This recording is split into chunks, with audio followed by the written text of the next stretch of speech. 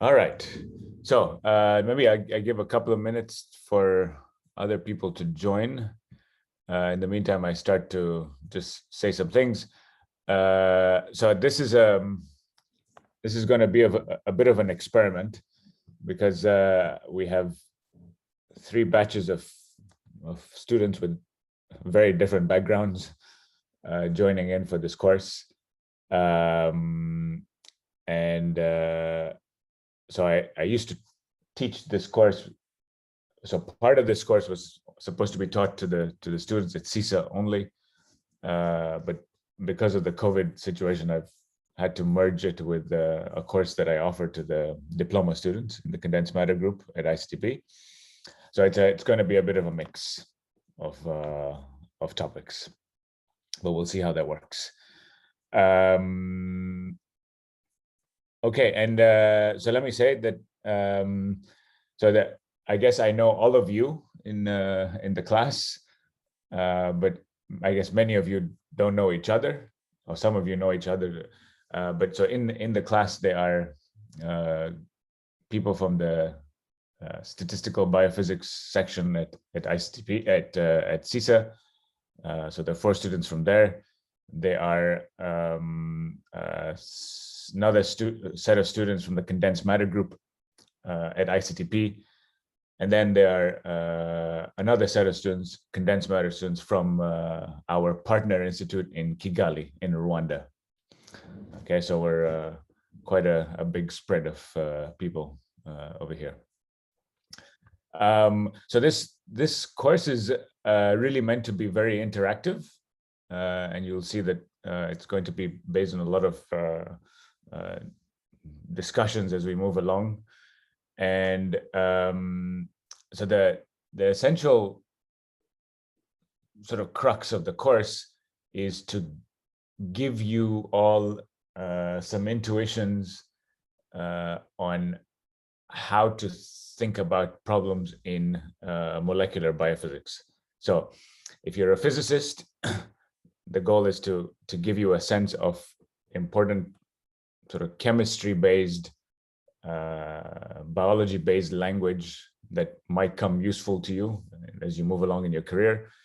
If you're a physicist, the purpose of this course is to also introduce you to some simple physics-based models that are bad and that often make many assumptions of the complexity in biological systems, but get things right for the wrong reasons.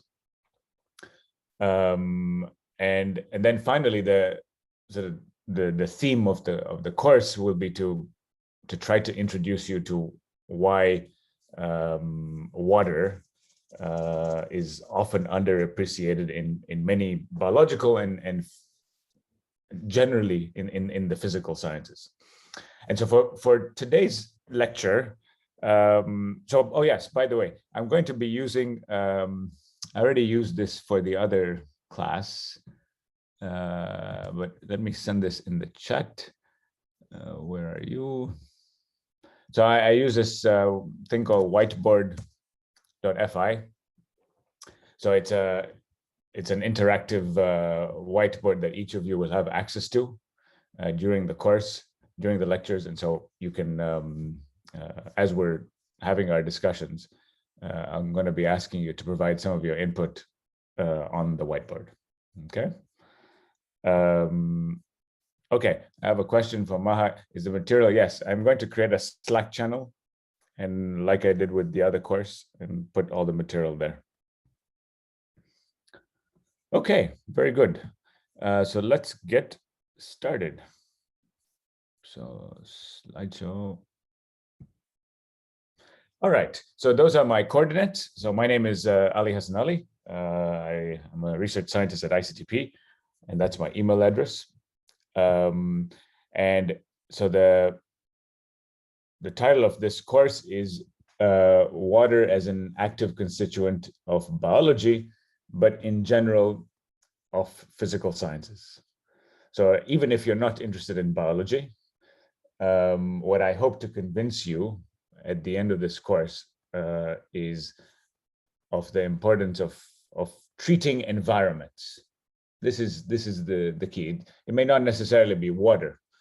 Water happens to be a common environment that's found ubiquitously through nature, but in general, how does one think about and worry about the environment that microscopic processes that we're interested in live in? Okay.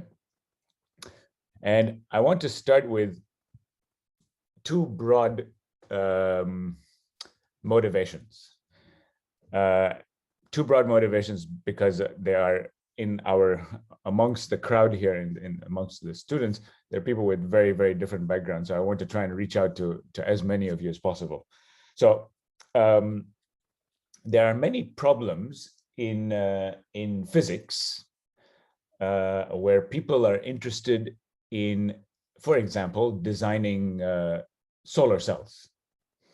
Okay, so materials that can be used to harness energy, so to take energy from light and convert that into some type of chemical energy, and eventually to generate, for example, a current. And this is a big field of electrochemistry.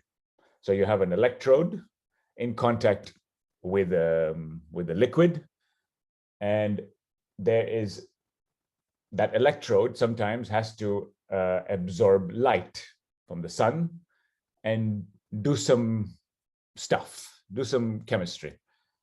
And many times, the way physicists who work on these problems think of these problems is they think of these electrodes existing outside of the bath. So the bath is basically a passive spectator. The solvent is it doesn't really play a role, even though people know that there's important chemistry that needs to happen for these, for example, for this energy conversion to occur. So this is a whole area of electrochemistry. At the same time, I'm sure all of you have, whether it was in your primary school or your high school or more recently, you've all encountered solution chemistry. So most chemical reactions, most biophysical processes happen in an environment of water. And how do we think about that water? Is it sufficient to think of that solvent as a friction, an effective friction coefficient? Is it sufficient to think of it as an effective dielectric medium, in which where you ignore correlations between the particles? How exactly does the water respond to chemical reactions? Okay, so water is a liquid, or the environment in general is a place where physics meets biology, chemistry, and engineering. And the question that we're going to be asking, and we're going to be coming back to again and again, is whether water is a silent spectator in all these various processes. Okay, so that's going to be the recurring question.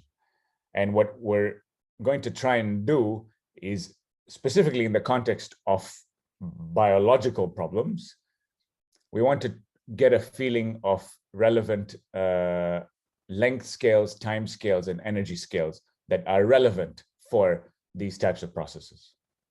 Okay. Okay, so let's dissect this a bit more with some various types of examples that that I hope will appeal to the different communities that are in the audience. So does everyone know what this equation here is on the top? Go for it, tell me. It's Langevin equation. Langevin equation, perfect. What does it allow me to do? What is it? What is it? What is it physically? For example, we want to model a colloid in a viscous medium, and so you put a noise term in the end to model the forces from water. So okay, hold on.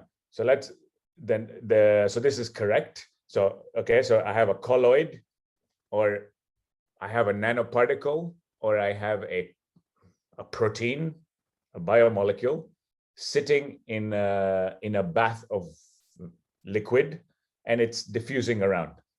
It's moving. Okay, and in these two pictures here are two experiments. They're called dynamic light scattering experiments, where I can track the size of the molecule that's diffusing. Okay, so as this colloid is diffusing, or this protein is diffusing, it's going to hit. I don't have my. Well, okay, never mind. So as this colloid is moving around, it's bombarding into smaller water molecules.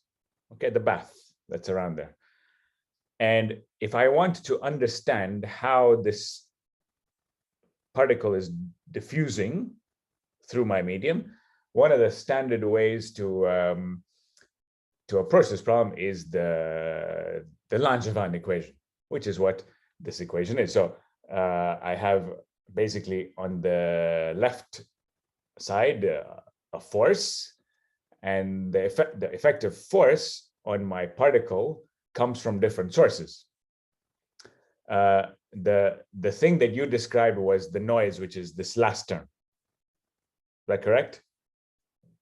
But apart from the noise, they are the Gaussian noise.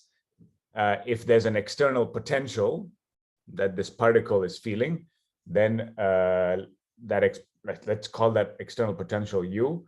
Then the particle will also feel a force because of this external potential. So that's this first expression here.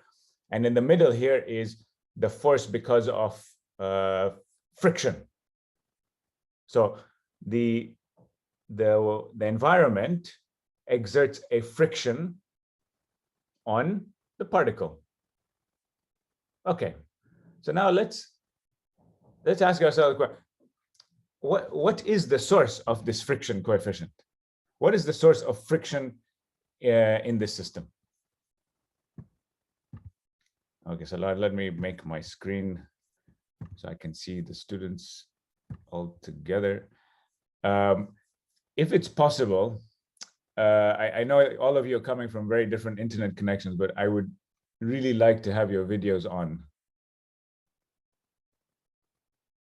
So I only see 4 students with their cameras on. Okay, great. Thank you. Okay, so where does friction come from? What's the source of friction? I guess from thermal fluctuations in the solution. Right? The molecules of the solution are also moving. So okay, this is true, and so, but more specifically, where if you had to go into more details of what the source of that friction is, where would you? What else would you tell me?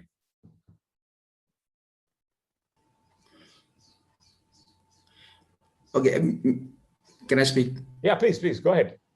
Yeah, I can see that it is proportional to the velocity. So I can say that it is fluid due to fluid frictions to the viscosity of the systems. Okay, so so friction is most certainly related to the effective viscosity, and therefore it is most certainly related to the ability of the particle to diffuse. But now this is all correct. I mean, but this is what I'm trying to get to is that this is a physics language for describing interactions that exist between molecules and the environment.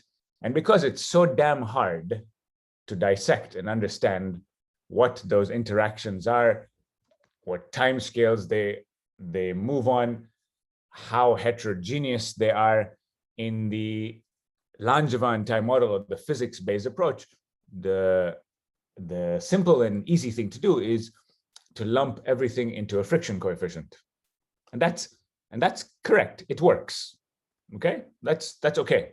I'm not criticizing it. But what we want to do in this course is to try to dissect more deeply where exactly the origins of this friction coefficient come from.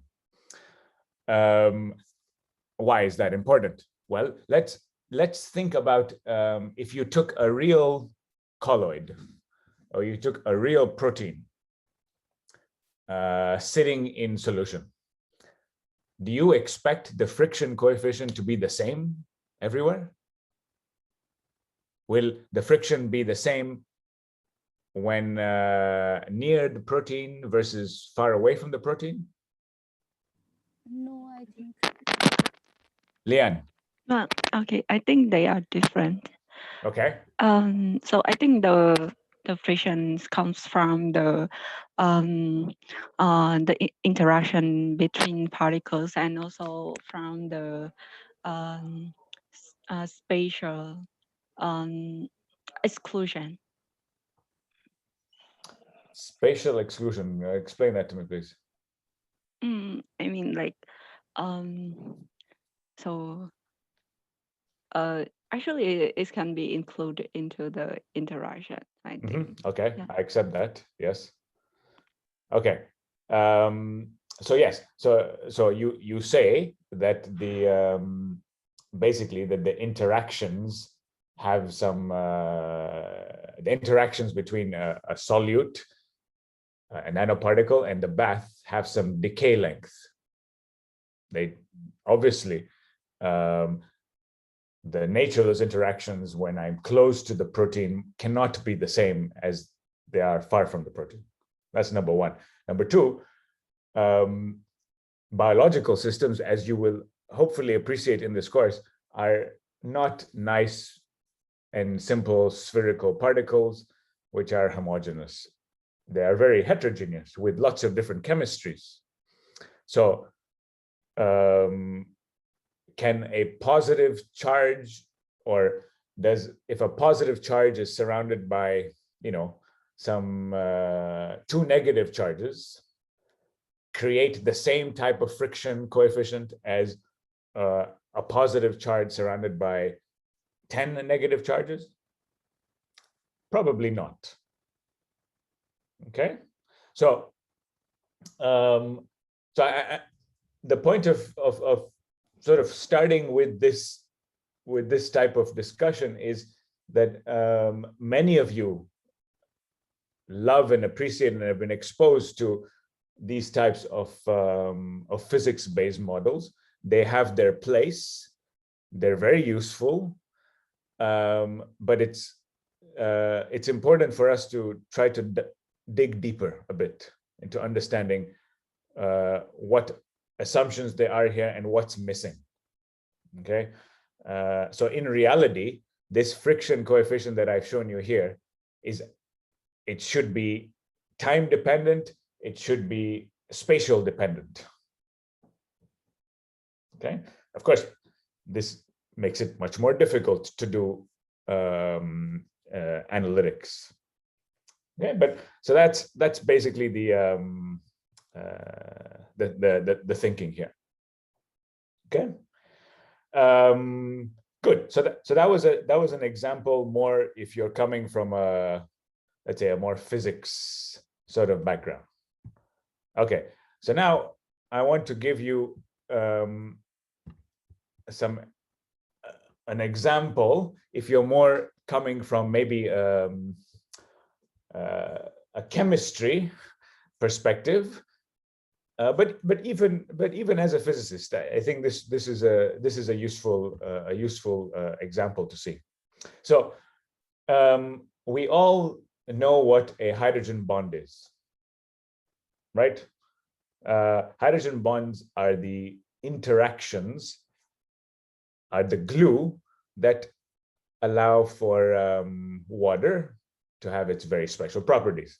So if you take up if you Google the textbook definition of what a hydrogen bond is, it will tell you that when a proton or a hydrogen is attached to an electronegative, a more electronegative atom, then the more electronegative atom, which is the oxygen, it likes to draw electron density closer to it.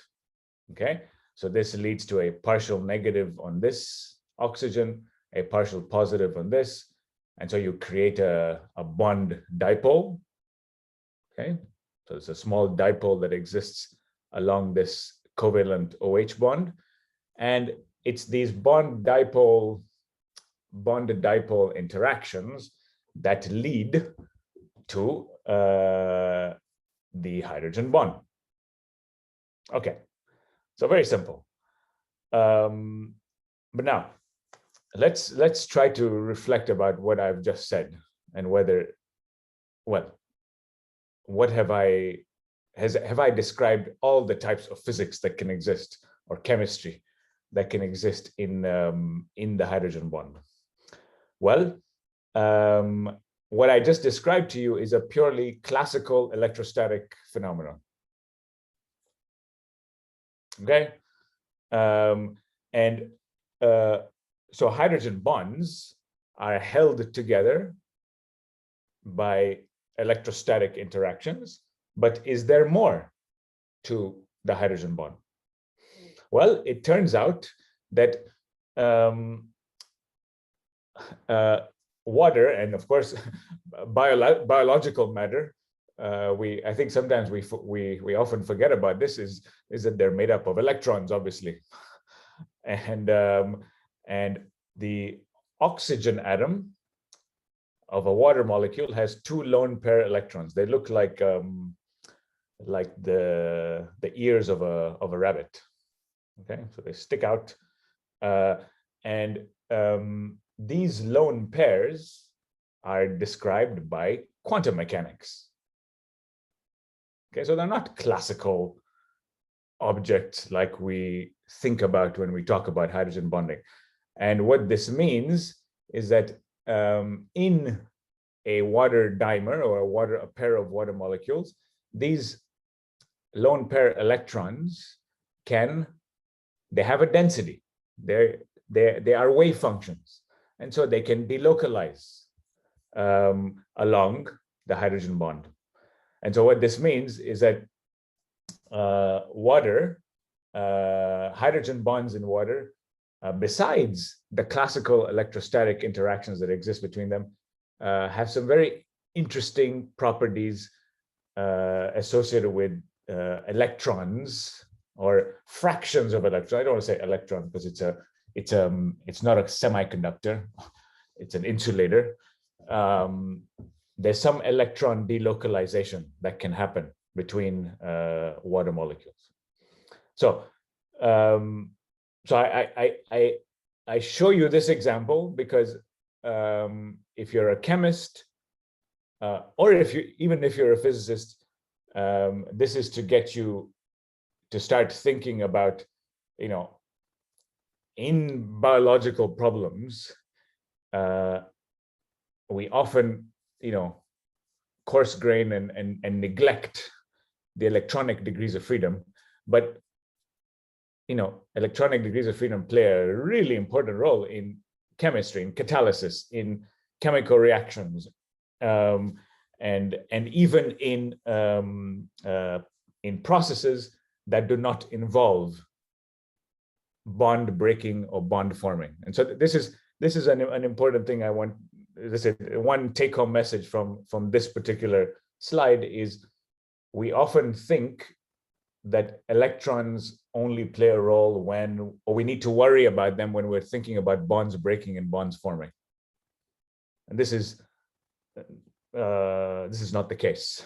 Certainly, they play a role there, but all these systems are characterized by lots of fluctuations of nuclear coordinates, and as a function of that, electronic degrees of freedom also fluctuate and play a very important role. Okay, so this is another example that I put out there for the more hybrid physics chemistry person. Okay, if there is any moment there's you want to interrupt me and stop, ask questions, please do so. Okay. I have a small Yes. question. Oh, why here you just talk about OH interaction, but actually hydrogen bonding, as I remember, is also HH interaction, right? HH. What? So you mean like? Yeah. No. So the HH interaction is actually repulsive, right? Because it's two positive charges. But maybe they induce. This effect is then is more related to than van der Waals forces. So to first order, the leading order energetic contribution to the hydrogen bonding is this is classical permanent dipole interactions. Okay. So the hydrogens play a role, but they play a role because they are polarized by nearby more electronegative atoms, i.e. the oxygen or the nitrogen. Yeah, I see. Okay. Yes. Okay, good. So so the third last sort of motivational context for physicists. Okay, so again, it's the water dimer. So we're looking at hydrogen bonds, and well, you all remember your de Broglie wavelength. So matter has this wave-particle duality. Okay, and so one question, if you're interested in understanding, so okay, if I took a classical particle like the sun or the earth or myself, and I can easily write out a trajectory of a heavy classical particle. But that's not the case for quantum particles. Quantum particles are described by wave functions. They're described by probability densities that allow you to tell you where they are in configurational space. And so there's a spread of where they can be. Okay. So why is this relevant for biological matter? Why is it relevant for proteins and water? Well, water and proteins are full of protons. They're full of these protons that eventually lead to all the hydrogen bonding. And so you can easily compute this. So this is the de Broglie wavelength, and so what I've done here is I've computed the de Broglie wavelength for the hydrogen atom by plugging in the mass of a hydrogen atom here, and this number which is a measure of the uncertainty in where you find the proton, is 0.3 of an angstrom. 0.3 of an angstrom. Now you may say, well, only 0.3 of an angstrom. That's tiny. That's small. But who cares about 0.3 of an angstrom? Ali, one question. Yes. Why is the Broglie wavelength a measure of the uncertainty? Why is it? Okay, so this goes back to sort of what you learned probably some time ago on that you can matter can have a wave-like character or particle-like character. This is the Yes. Okay, and so do you treat it as a particle or do you treat it as a wave? Yeah. Okay, and so by looking at so people mostly do this for things like electrons. Okay, you can ask what is the wavelength of the electron. Yes, I know you can do it for any object, but why is it the uncertainty as well? Okay, because so uncertainty is because you have to contrast it to a classical particle.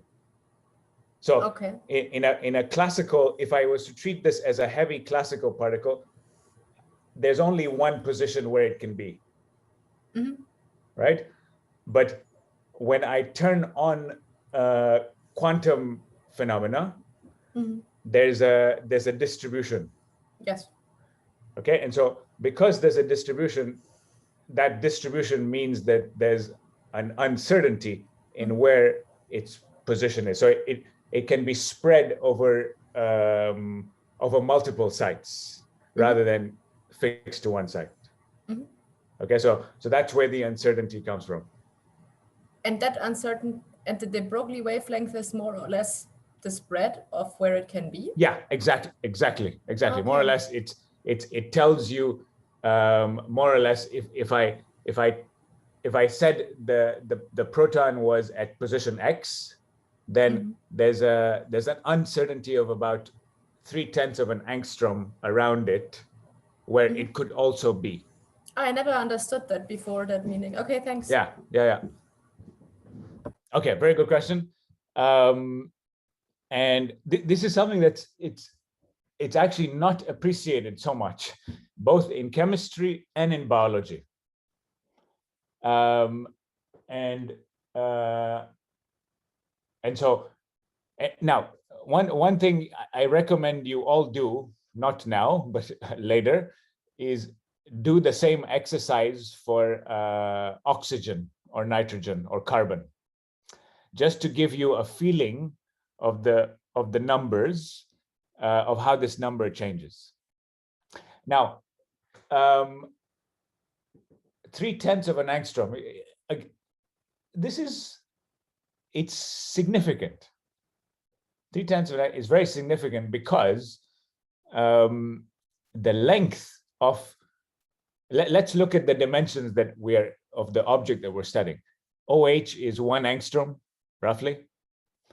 And the oxygen distance is, I don't know, 2.8 maybe angstrom. So on those length scales, 0.3 angstroms is big. Okay, and so besides this number, that let's say if you want to have a picture of what this uncertainty means, this is the picture down here that I tried to draw, but it's not so perfect because I was a bit lazy in how I did the copy paste, but this is the idea. So contrast the top picture here to the bottom picture here. So because of the uncertainty, the quantum uncertainty, the quantum delocalization of the proton, you have a proton wave function.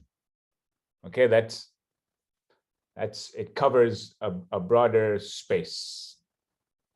And it turns out that these quantum fluctuations of protons are very, very, very important in hydrogen bonded systems, in water, in biological matter, and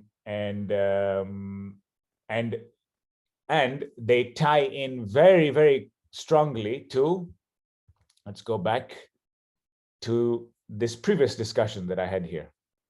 So now, if you try to think about the uncertainty of or this quantum delocalization of a proton, how are the electrons going to respond? How are the electronic degrees of freedom going to react to these proton fluctuations? Yeah, so all these things are very much coupled with each other, very much entangled, and so this is, again, just, it's to give you as mostly physicists some of these initial intuitions on why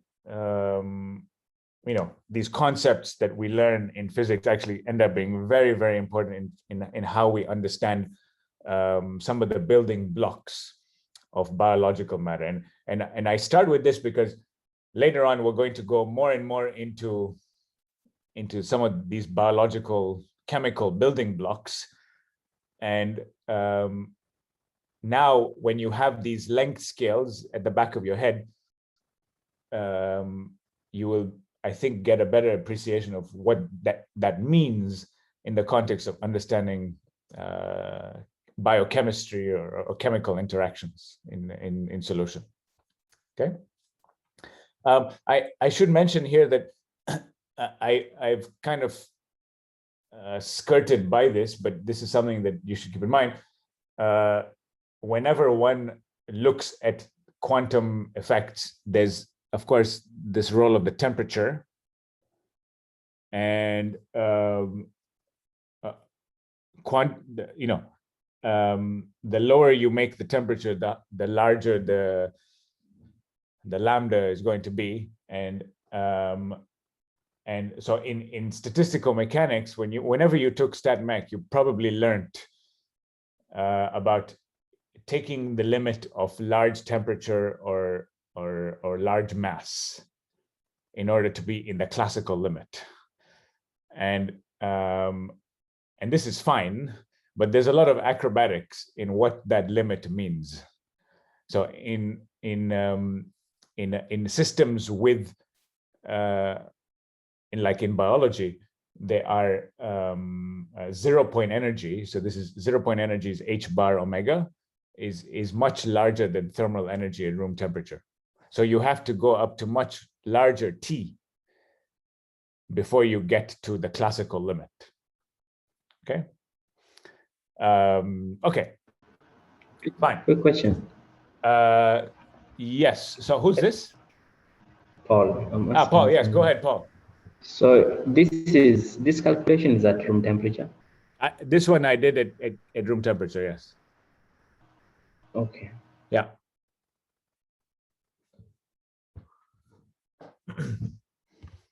Okay. Good. So. Excuse me. Can you hear me? Yes. Okay. So I want to quickly ask. So some of the things that come from the from this quantum fluctuation for the protons points us to, when we think about biological systems, to think about nuclear dynamics occurring more, and then this implies that we have to always think about non-adiabatic effects in the systems to properly store this, say, water, because of this this thermal fluctuation you showed for proton. Is this not no? I think that, so let's distinguish between two different effects. Okay.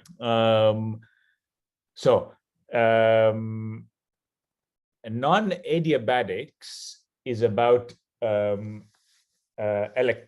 so it's about the how how you deviate from the Born-Oppenheimer approximation, right? So irrespective of how you want to treat the nuclei, classically or quantum mechanically. And so non-adiabatics is about, how if I move my nuclei, do I remain on the same electronic state, or do I, switch from one electronic state to another? Yeah. Okay. Now, on the other side, there's a question of do my particles, do my nuclei move with forces that obey Newton's equations, laws of motion? And so the dynamics of the nuclei, for example, in the case of a proton, if you want to treat them rigorously, has to be done with, solving the Schrodinger equation, where you do the wave function quantum dynamics. And okay, are there situations where that will also couple with the non-adiabatics? Yes, but they're not. They're rather distinct points. So you can have something that's adiabatic, but still where you have to do quantum dynamics. I don't know if that's clear. Okay, so yeah, so the reason I was asking this is that as you've shown at the lower portion of this, coming from the Broglie wavelength, yes. Right? Yes. So and this is specifically about the proton itself, mm-hmm. Right? Mm-hmm. So also before this slide, you pointed out that when we think about a water dimer, we should not only just think about the electrostatics because mm-hmm. of the electronic degrees of freedom sort of play a roles there. Yes. Yes. Then you came here and you showed that if we think about the proton itself separately, then we would see a lot of quantum fluctuation for the proton. Yeah. So okay, no, I see your I see your logic. Okay. Does non-adiabatics play a role in the ground state, electronic ground state fluctuations? Yeah, I don't think so much. But if you ask me, does it play a role in electronic excited state chemistry? Mm-hmm. Then I would say most certainly yes. Okay. Okay. Yeah. Okay. Okay. Thank you. Now, all my examples here, I'm using water because, well, that's the only thing I know. But apart from that, it's a very, this is just, it's the toy model, but all the concepts and all the things that I'm telling you about here basically translate to hydrogen bonding interactions in biological systems, period. Okay, because they're prevalent everywhere. Okay. Okay. So there's some things in the chat. Okay, no, nothing of relevance. Okay, so finally, this is something now that, well, I'm sure all of you are now have had some contact with, and this is more of a computational numerical observation, which is that anyone now who does simulations of polymers, of proteins, of colloids in an environment knows and appreciates that you cannot get away without including the environment. And it's very interesting, actually, historically, to go back to some of the first papers by, so Michael Levitt. Michael Levitt is this guy here at the top who got the Nobel Prize in Chemistry in 2013, along with Ariel Vorschel and Martin Karplus for their developments in multi-scale models. And, you know, if you trace back and look at what they were doing, you will find some of these things actually rather amusing because of the time scales that people were simulating back in those days. And so the first molecular dynamic simulations that people did of proteins were in the gas phase, in vacuum. Okay, that's all people could afford. And so some of these, so this is basically a plot of the RMSD. So how far the fluctuations of the protein are changing from its initial structure under different conditions. So in the gas phase, in water, and then in different actually in different solvents. And you see here, you know, that at those times, it was a big deal to simulate up to 10 to 20 to 50 picoseconds. This is a huge deal. And it was a huge deal to simulate these proteins with a small layer of water. And what these guys tried to do is they tried to show that, well, hey, it matters when you include water around the protein.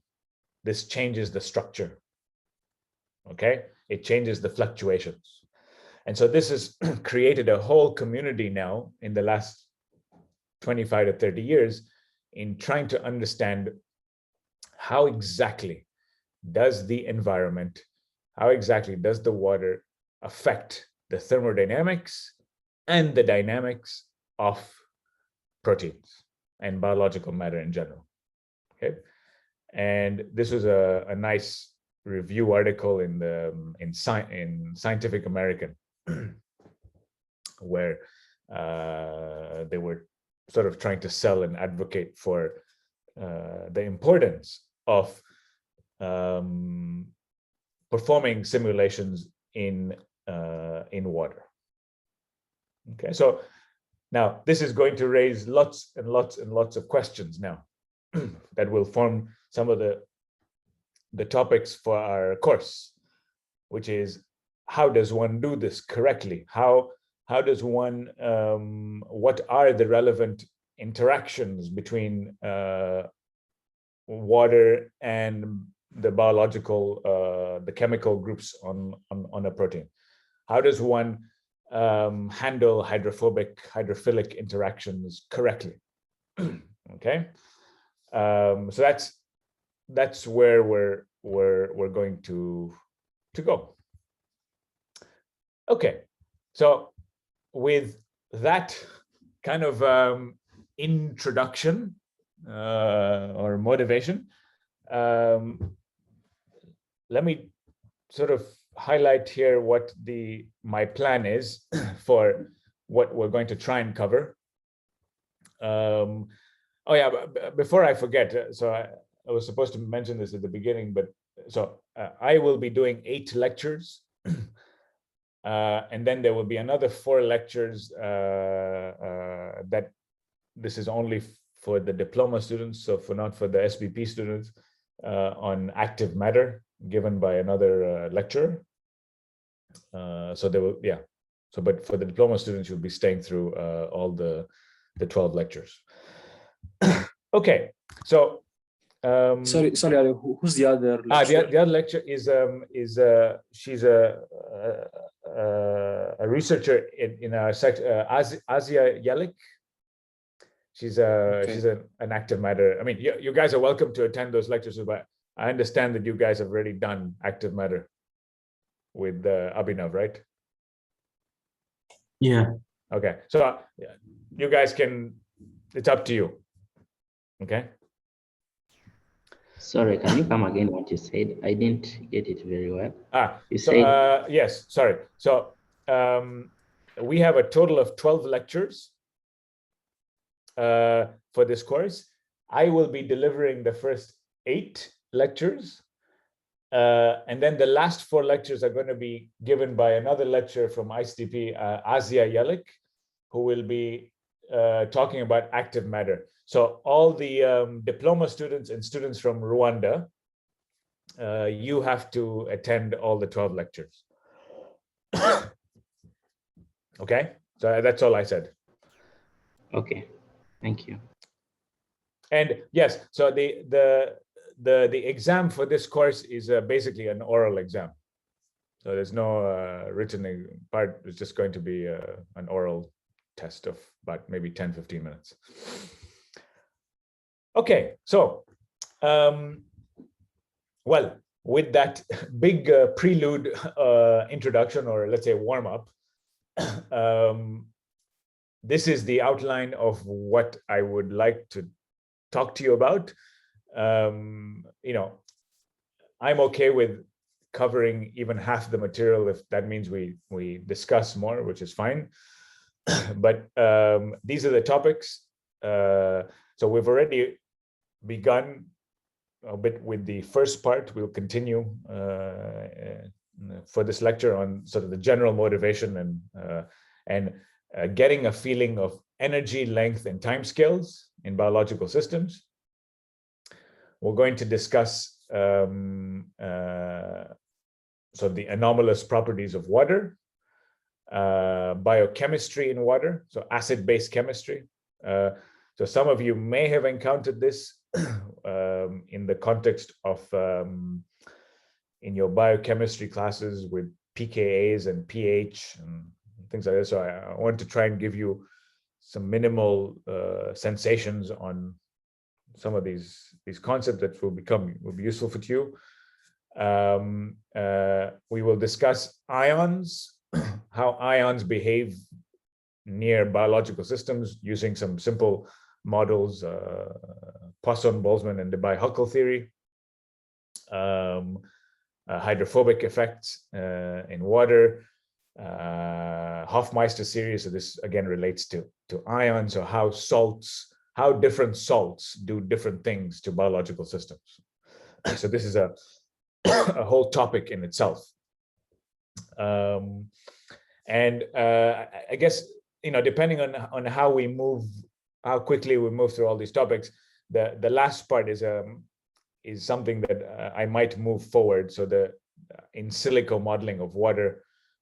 So some of the theoretical computational aspects of how one models an environment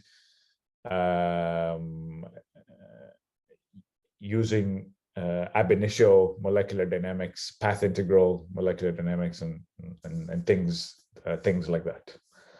Okay, so I basically use for this course 3 references, and I highly recommend these, especially these first 2 books. So the first one is one of my favorites, called Physical Biology of the Cell by Rob Phillips. And this is a really nice book that if you're a physicist, if you come from more the physics background, or if you come from the more biochemistry background, it's a really nice middle point book that introduces physics-based models, simple physics-based models to a biologist. And at the same time, if you're a physicist, it really allows you to get a sensation of the types of interesting problems in biology and what is missing in many physics-based models. So this is the, I would say, the physics biology book that I use. so in my opinion, there's no way to do biophysics or soft matter without chemistry. So whether you like it or not. So if you want to do to really get deep into the biological aspects, chemistry is a very important component of it. And without going into all the gory details of chemistry, Atkins' physical chemistry book is really a nice introduction to chemistry for physicists, which is more physics based. And finally, the last reference that if you're more theoretically inclined is this book by Hansen McDonald, The Theory of Simple Liquids. And so this is really a lot of background statistical mechanics that goes into understanding the properties of liquids in general. And in my case, it'll be for water, but the concepts there are pretty generic. Okay. Okay, so those are the three references. If you have trouble finding them, so I think all of them are in the ICTP library. If you have trouble finding them, I know I'm not supposed to say this, but there are many ways to get these books. So if you need help, I'm happy to help you find these books somewhere else, okay? But definitely don't buy them. Okay, good. So let's, okay, I need to get some water. So let's take a 2-minute break. It's 10 o'clock. I'll be back at here at 10:02, okay?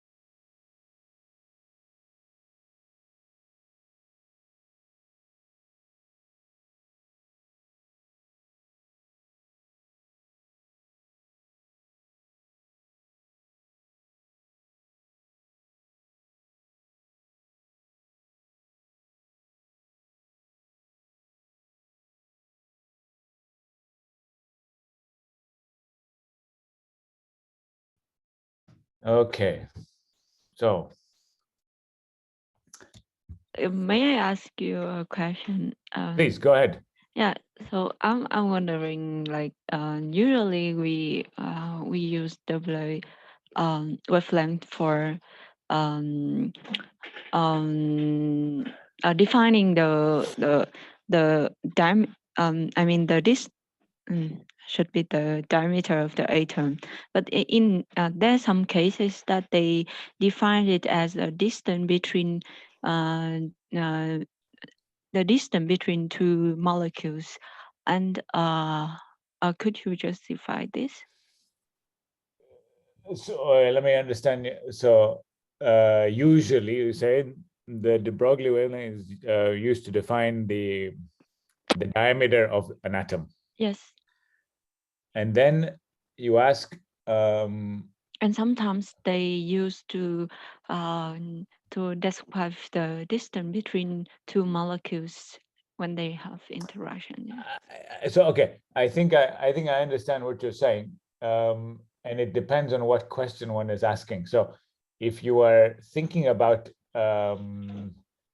let's say electron scattering, okay, so if I have electrons that scatter through a material made up of molecules, then the object that is relevant would be, if I'm trying to resolve the distance between two molecules, then the relevant wavelength of the object being scattered, i.e. the electron, would be the distance between the molecules, I guess. I mean, but it just depends on what question, what is the question one is asking? Okay, so if now we have two molecules, how can we define the mass in the formula that we have there? Okay, so let me, so hold on. So, right. So if you can, if you were to treat the whole, these two water molecules as the scattering object, or the object that you're interested in defining as a particle or a wave, then of course the mass would become very large, and the lambda would be very small. Okay, so actually, yeah. Okay, so I'm wondering, because now when we look back to the Boltzmann equations, and then I see that the Doppler wavelength depends on the kinetics part, and if we have another molecule, I think that it will create a field to that molecule that we are considering, and yes. Then so it means that we need to consider the potential that the other molecule that create, and then in this Yes. wavelength formula, I don't see the potential part, and it's mean that so now if I place a molecule alone and I place a molecule in an environment, they have the same double wavelength, but I don't think that they are equal. Okay, yeah, I agree with you completely. So you're right. Of course, this is I'm ignoring many effects. Okay, and certainly the quantum fluctuations of the proton nearby that will create different fields and potentials will change the how the lambda fluctuates. Yes. Okay, but what I give you here is at 0 Kelvin, you know, this a very idealized geometry is just this effective picture that if you keep everything else fixed, the proton is a wave function. And in chemistry, there's often a tendency to say, well, this bond length is 1 angstrom, or this bond length is 2.5 angstroms or 2.6. But when you account for, of course, thermal fluctuations, we know, but when you account for quantum fluctuations, there is this underlying uncertainty, and it is surely more complicated than this. I agree with you. Yeah, actually, this formula is a bit makes me like feel unhappy with that formula, because when we define tell me why. Okay, when we define a distance between two I mean the bond length, it means that there exists two molecules at least. So we have to account for the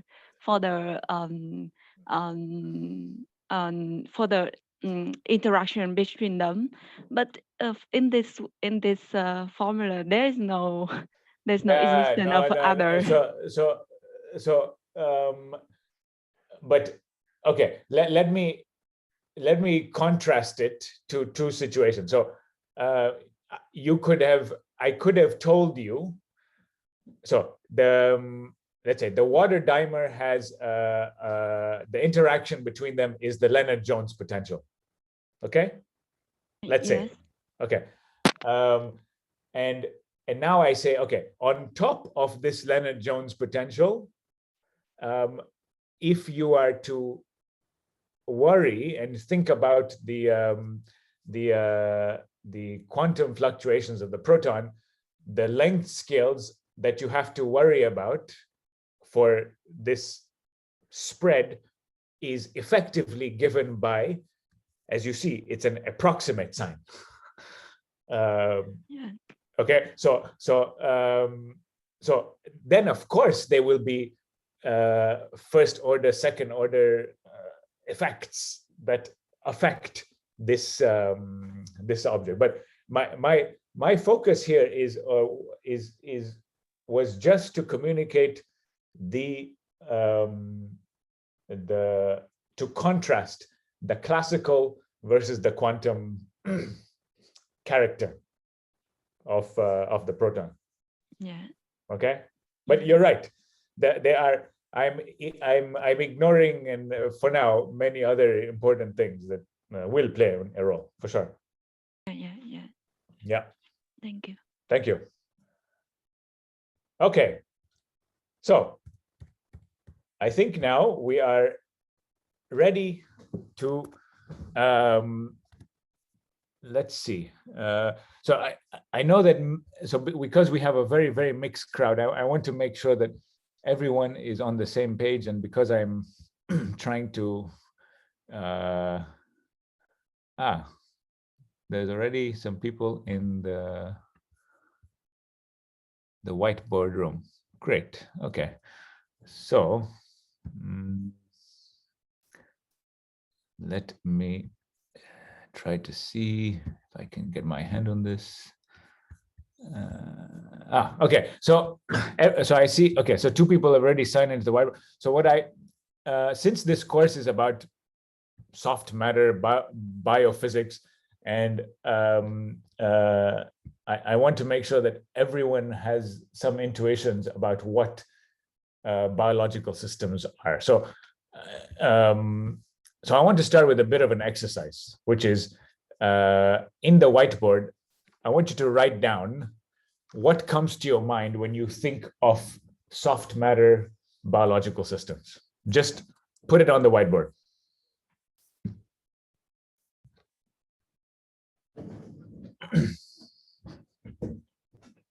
It's on there. Go. And you can, if you want, you can just type it into the whiteboard. Ali, I really don't know these distinctions between soft matter and okay. and other matter. Okay. Sorry. So no. What comes to your mind when you think of biochemical relevant molecules? Okay, thanks. Okay.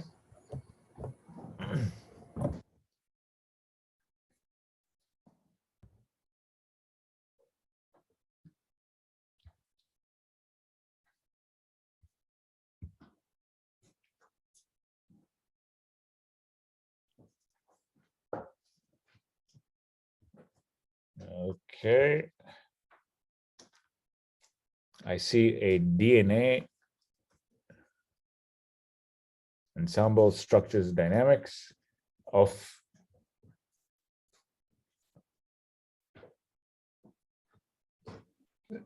Are we supposed to see everyone else's thing? Because I don't see anything on the whiteboard, so I am wondering if. Sorry, give me a second. Yeah. And also after typing, do I have to send? I don't know how to use it. I know, Eddie, I can see what you're typing. Ah, okay. So good. No, I do not believe that you are able to see everyone else's, but maybe I'm still new to this thing. So I can see everyone's basically. We cannot see others. You can't, yeah. So Yeah. I don't have a way to, hold on. Let me see if I can. But in the end, we can see others, so I think it's fine. You can. Yeah, yeah. Okay, okay, At good. the end. At the end, yeah, okay. I don't know, is there a way how to delete? You have the eraser, right? So sorry, I don't see anything at the end. But do you see anyone else's? No, just mine. You just see yours. Okay. Yes. So let me try and do the following. So No, I think when you summarize and then all of us can see others. okay, let's do the following.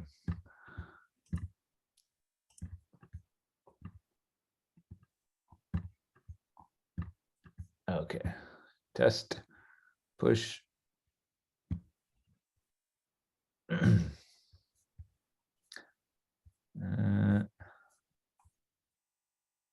Oops. Oops. Okay, that wasn't supposed to happen. So sorry, I think you cleared what I wrote. Yeah. I'm sorry. This was not supposed to happen. Okay. I pushed something that I should not have pushed to everyone. So sorry. Okay. Let's try that again. I think if you undo it, everything comes back. I think you just do as previously you did.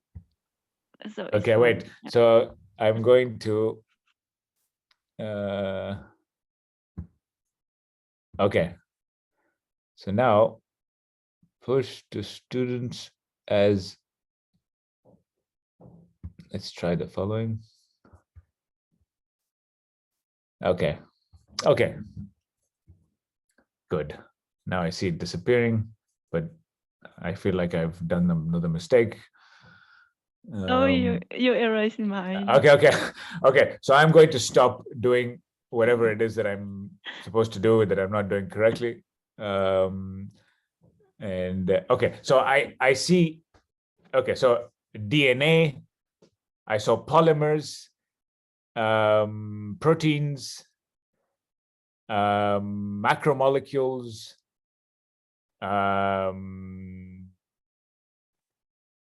What else?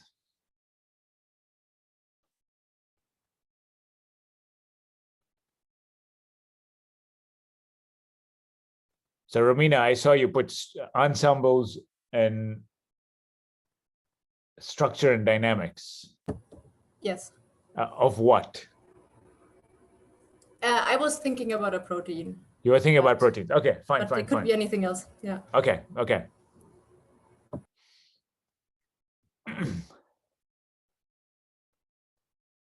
Okay, and Joshua, it looks like you've drawn a lipid bilayer. So something that's fatty. So in Peluche, you say diffusion coefficient Okay, so I guess you mean diffusion coefficients of biological systems, or something biological. Okay, so now let's go back here. So basically, so this is going to be very obvious for a biochemist, so someone who has a biology background. But sometimes, as physicists, we often forget and don't appreciate that when we think about molecular biophysics, soft matter systems, as they're commonly referred to in at least in the physics community, is that there are many different components or things that make up the organic soup of a cell. The most fundamental building block of biological systems are proteins. And this is something we're going to spend a lot of time on in trying to understand what types of interactions build up proteins. But essentially, most of the functions of in a cell happen because of proteins, and they come in different shapes, sizes, and conformations. And it is these different shapes, sizes, and conformations that ultimately determine what their function is. Okay, but apart from proteins, there's a lot of stuff in a cell, and I've just stolen this picture that shows you some of the things that are in a cell. There's the nucleus, where you have all the machinery for genetic production, the mitochondria, where energy gets harnessed. There's the cytoplasm. There's the ribosome, which generates the proteins. And what you should take away from this, and we're going to come back to this, is the following. This is a very crowded environment. Okay? It's a very crowded environment in which all these biological objects swim around in. And as a physicist, the thing that we really want to have a taste of before getting into all the details is, how large are these objects? How much do they weigh? What are their dimensions? On what timescales are they moving around? How long does it take for one of these molecules to diffuse across the entire cell? Okay, so those are what are the factors that control its ability to diffuse to the cell. So these are the types of questions and ideas that we want to explore. Okay, but it's important to first have the big picture of what it is that's going on, or what it is that makes up the cell. And oh yeah, I forgot to mention, somebody had drawn a lipid bilayer, and indeed that's the thing that makes the cell membrane. Okay, so the thing that covers the cell. Okay, so these are generally the soft matter biological relevant molecular objects that we should have at the back of our head as we're going through this. And now, of course, needless to say, all this organic soup lives in a soup. It lives in a medium of water, and the extent of the crowding, okay, so how concentrated that environment is mediated by solvent. So if you just imagine the following process. If I have two proteins diffusing in solution in a crowded environment, on average, how long or how far would another neighbor be in a crowded environment like the cell? So, how the structure and dynamics of your molecule diffusing in this crowded environment is affected and tuned by these hydrophobic and hydrophilic interactions, which is what we're going to dissect in depth. Okay, so let's see how we're doing on time. So it's 10:25. So okay, I think we'll stop for today.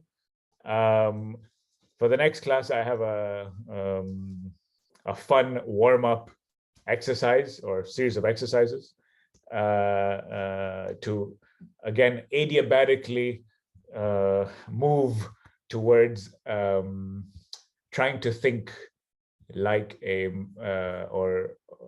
molecular biophysicist. Okay. Questions? So I will put a quick question. Yes. So the example of the cell you showed. Yes. If I want to sort of think about how well ordered the cell is, can one just think about the B factor, the Debye-Weiler factor, given all of this within the cell? Or does someone have to measure relatively to single? No, so if you want to, so the Debye-Weill factor will be a relevant quantity if you wanted to measure the local disorder of a protein or a DNA or, you know, a smaller object. But if you want to measure the disorder at the level of a cell, then you have to ask the following question, which is, what is it that defines a cell, first of all? So, well, the cell has a weight, it has a shape, mm-hmm. It has an elasticity, perhaps. Yeah. And of course, depending on the type of cell, you know, a nerve cell, a skin cell will have a lot of variation across them. But so you have to look then for more macroscopic parameters that will allow you then to describe the disorder, or the heterogeneity in the system. Oh, okay. Okay. Yeah. Okay. Just on top of that. Yes. So okay. This is just maybe out of curiosity. I see that people do experiments to sort of get the structure of a protein and all of that.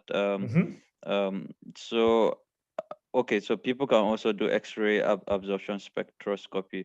Yes. But can this sort of account for all the single details within a cell, for example, or someone? How do people think about all the single details within? So okay, so this is a very good question. I'm not sure I have a complete answer to this. So for example, if you want to resolve the structure of a protein or a biological molecule, you have to there are various different techniques. Two of the most popular ones are X-ray and NMR. Okay, so you use different types of spectroscopy to probe the different interactions that are created in the system. So, for example, in X-ray, you bombard the system with X-ray beams, and then you will infer something. So, what responds to the X-rays? Electrons. Yeah. Okay. Yeah. Not protons. So you'll be able to infer the electron density distribution in the protein, and then from that you will be able to back extract a protein structure. I see. If you use NMR, NMR is depending on what type of NMR you would probe. For example, let's say use proton NMR, which probes the proton chemical shifts. Okay, and from the proton chemical shifts, which are different in different environments, one can then back calculate or refine a structure. How does one? Is there a way to do that for a cell? I don't think so. What people do now is you can certainly do something like fluorescence imaging. So you take optically active molecules, so things that emit fluorescence. You excite them, and then you take a picture.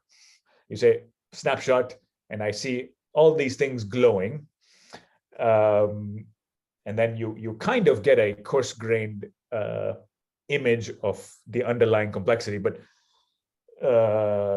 really going in a one snapshot single molecule, no, this is well, single molecule exists, but at the moment there are no experiments that allow you to really dissect at all the levels of resolution things in the cell. So it's very complicated because of all the mess that's in there.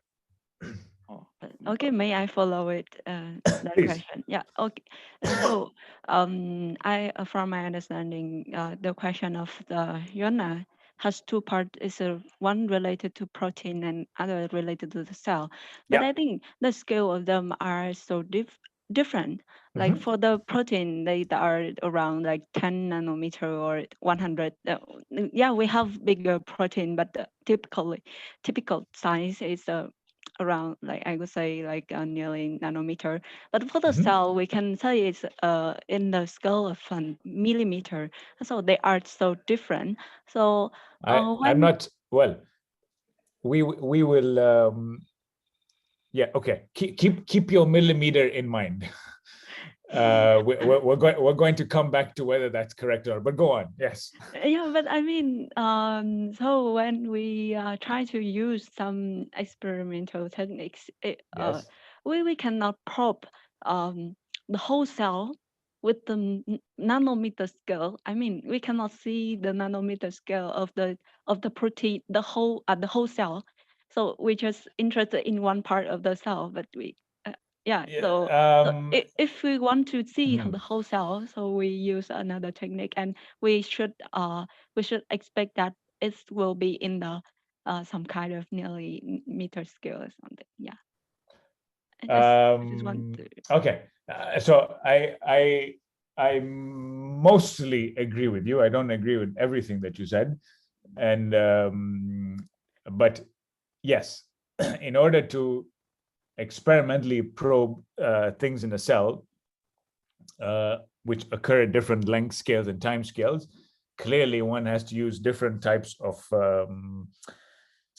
spectroscopic probes that that interrogate processes on different length scales and time scales. So yes, but